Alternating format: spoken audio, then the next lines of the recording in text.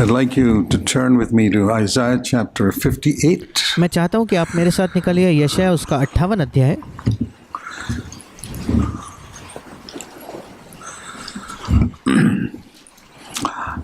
I want to talk a little bit about the Sabbath today.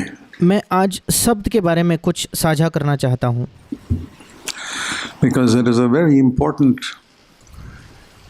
commandment in the Old Testament. क्योंकि पुराने नियम में ये एक बहुत ही महत्वपूर्ण आज्ञा थी। All the other commandments are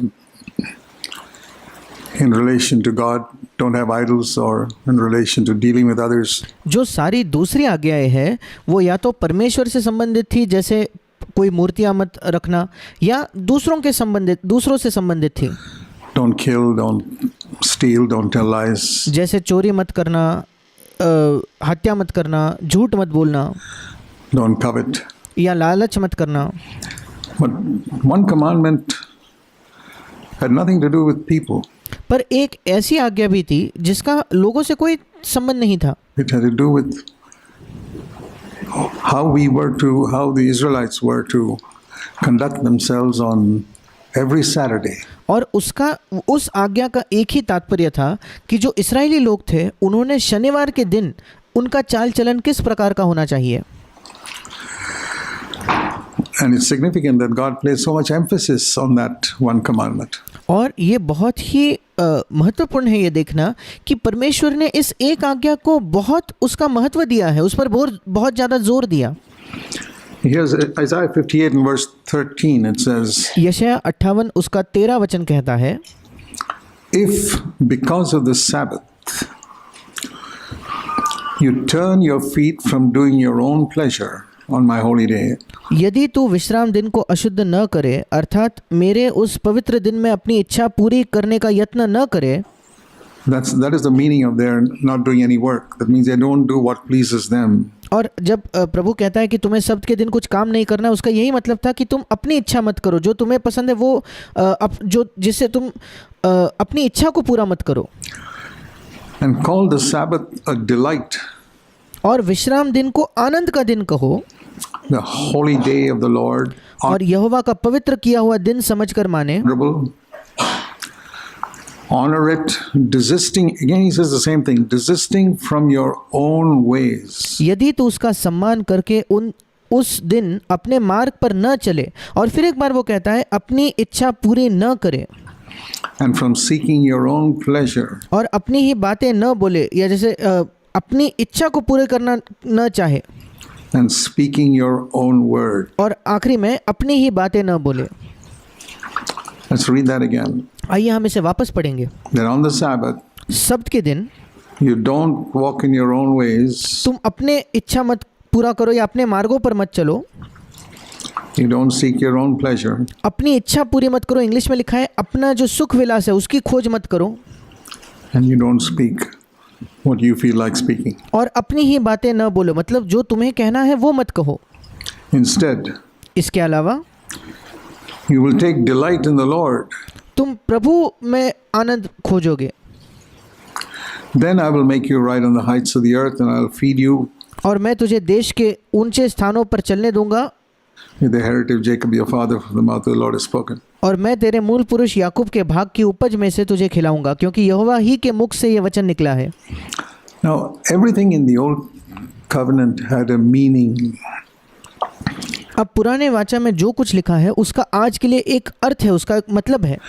And so we want to understand, if God gave so much importance to the Sabbath in the Old Testament, there must be a significant meaning for us in the new covenant. और हम इसे समझना चाहते हैं क्योंकि अगर परमेश्वर ने पुराने नियम में शब्द को इतना ज़्यादा महत्व दिया है तो ज़रूर उसका कोई आज का मतलब होगा नए नियम में हमारे लिए। And for that, let's turn to Hebrews in chapter 4. और उसके लिए आइए हम निकालेंगे इब्रानियों की पत्री उसका 4था अध्याय।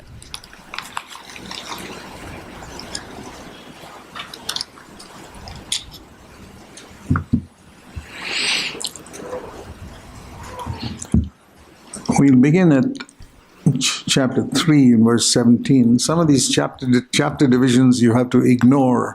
हम शुरू करेंगे इब्रानियों 3 उसके 17 वचन में। और कभी कभी ये जो दो अध्यायों के बीच में जो अलगाव है, जो दो अध्यायों को बांट दिया जाता है, इसे हमें नज़रअंदाज करके उन चीज़ों को पढ़ना होगा when we read scripture. जब हम बाइबल को पढ़ते हैं तब। So chapter 3 verse 17 it says, और इसलिए इब्रानियों 3:17 में लिखा है, with whom was God angry for 40 years in the wilderness? और वो 40 वर्ष तक किन लोगों से क्रोधित रहा, या उस जंगल में परमेश्वर किन से क्रोधित था? With those who sinned, whose bodies fell in the wilderness. क्या उन्हीं से नहीं जिन्होंने पाप किया और उनके शव जंगल में पड़े रहे? And to whom did he swear that they would not enter his rest? और उसने किन से शपथ खाई कि तुम मेरे विश्राम में प्रवेश करने न पाओगे? Now, what was the land they had to enter in Canaan? अब वो कौन सा देश था जिनमें उन्हें प्रवेश करना था? कनान देश। Canaan is called here the rest, the place of rest. पर यहाँ देखिए कनान देश का वर्णन कैसे किया गया है? विश्राम में प्रवेश करना, मतलब विश्राम की जगह प्रवेश करना। But to those who are disobedient. क्या केवल उनसे नहीं जिन्होंने आज्ञा न मानी? Well, actually, if you read the history of Joshua and Canaan, it was not rest, it was continuous war. पर अगर आप यहोशू और इस्राएल के इतिहास को पढ़ो तो वहाँ विश्राम नहीं था। कनान देश में तो निरंतर उन्हें युद्ध करना, लड़ाई करना ही था। The book of Joshua. संपूर्ण यहोशू की पुस्तक में वे लड़ते रहे। But the Lord calls it a place of rest. पर उसके बावजूद प्रभु इस वचन में इब्रानियों 3:18 में उसे एक विश्राम का स्थान कहता है। And that means God expected them to win the wars and kill the Canaanites and come to rest. इसका मतलब प्रभु की यह चाहत थी कि इस्राएली लोग उस लड़ाई को जीते, कनानियों को मार दे और फिर उस विश्राम में प्रवेश करे। So the land of Canaan is also equated with the Sabbath. और कनान देश को भी सब्त के दिन से जोड़ा गया है या उसको समान बताया गया है। A place of rest. एक विश्राम की जगह where they were to be, and they could not enter because of unbelief. और एक विश्राम की जगह जहां उन्होंने प्रवेश करना था, पर 19 वचन कहता है कि वे अविश्वास के कारण प्रवेश न कर सके। So what is the lesson for us? और फिर इससे हमें क्या पाठ मिलता है? Therefore let us fear lest a promise remains for us of entering into his rest.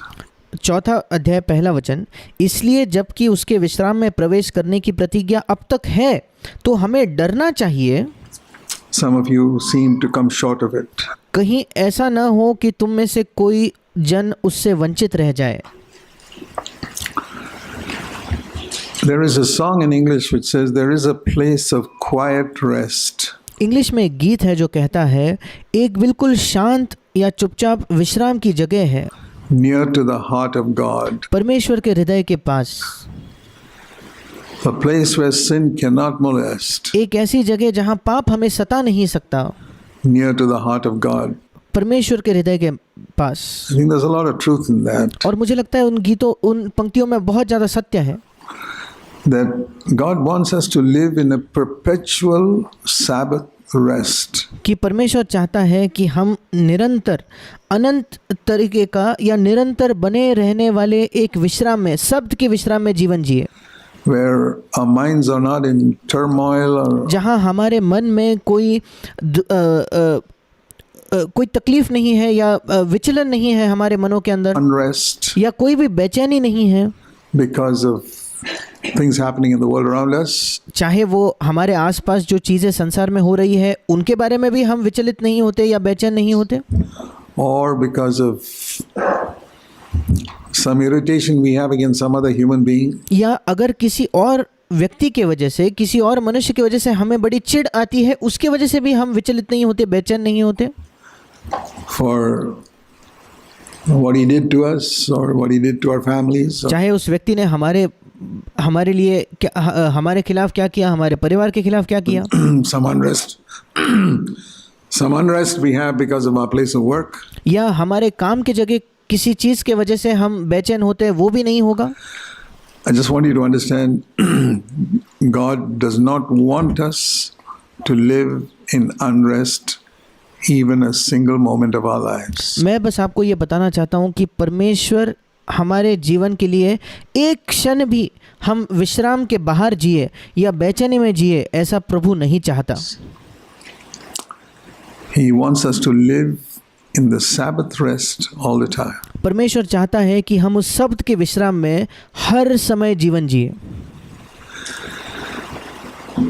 And he says, this is the good news preached to us, and they did not enter into it. और फिर इब्रानियों का लेखक आगे कहता है कि ये सुसमाचार हमें सुनाया गया क्योंकि उन्होंने उसमें प्रवेश नहीं किया। And then he goes on to say, when you go down to verse 9, अगर आप नीचे पढ़ो उसी अध्याय में 9वें वचन को, there remains a Sabbath rest for the people of God now. अतः जान लो कि परमेश्वर के लोगों के लिए सब्त का विश्राम बाकी है। इंग्लिश में लिखा है अब सब्त का विश्राम बाकी है या आज सब्त का विश्राम बाकी है। And the one who has, and now go back to the first verse, let us fear when such a promise has been given to us of entering his rest, and some of you come short of it. अब मैं फिर एक बार पहला वचन पढ़ना चाहता हूँ कि इसलिए जबकि उसके विश्राम में प्रवेश करने की प्रतिज्ञा अब तक है, तो हमें डरना चाहिए ऐसा न हो कि तुम में से कोई जन उससे वंचित रह जाए। Most believers that I have met and known, there's almost always there's some unrest in their mind about something or the other. अधिकतर विश्वासियों से जिनसे मैं मिला हूँ या जिन्हें मैं जानता हूँ, अधिकतर समय उनके मन में किसी न किसी चीज़ के बारे में विश्राम की कमी है या किसी न किसी चीज़ के बारे में वे अस्वस्थ है या बेचैन है उनके मन में, Either about circumstances चाहे उनके परिस्थितियों के विषय में or हो people. या लोगों के विषय में, They meditate on what people have done to them, or या वो इस पर ही मनन करते कि लोगों ने उनके साथ कैसा बर्ताव किया, what people will do for them, या लोग उनके बारे में आगे क्या करेंगे, against them, or उनके खिलाफ क्या करेंगे, unrest in relation to their place of work, या उनके काम की जगह की वजह से बेचैनी, or unrest in relation to circumstances of या उनके परिस्थितियों की वजह से बेचैनी, fear of the future, and या भविष्य का डर, 101 things like that. ऐसे 101 अलग अलग चीज़ें। And for the unbeliever, it's normal. और अविश्वासी के लिए एक ऐसा जीवन बिल्कुल साधारण है। And unfortunately, many believers live also in this perpetual state of unrest. और दुर्भाग्यपूर्ण कई विश्वासी भी निरंतर बेचैनी या निरंतर अस्वस्थ होकर एक इस अवस्था में जीवन जीते हैं।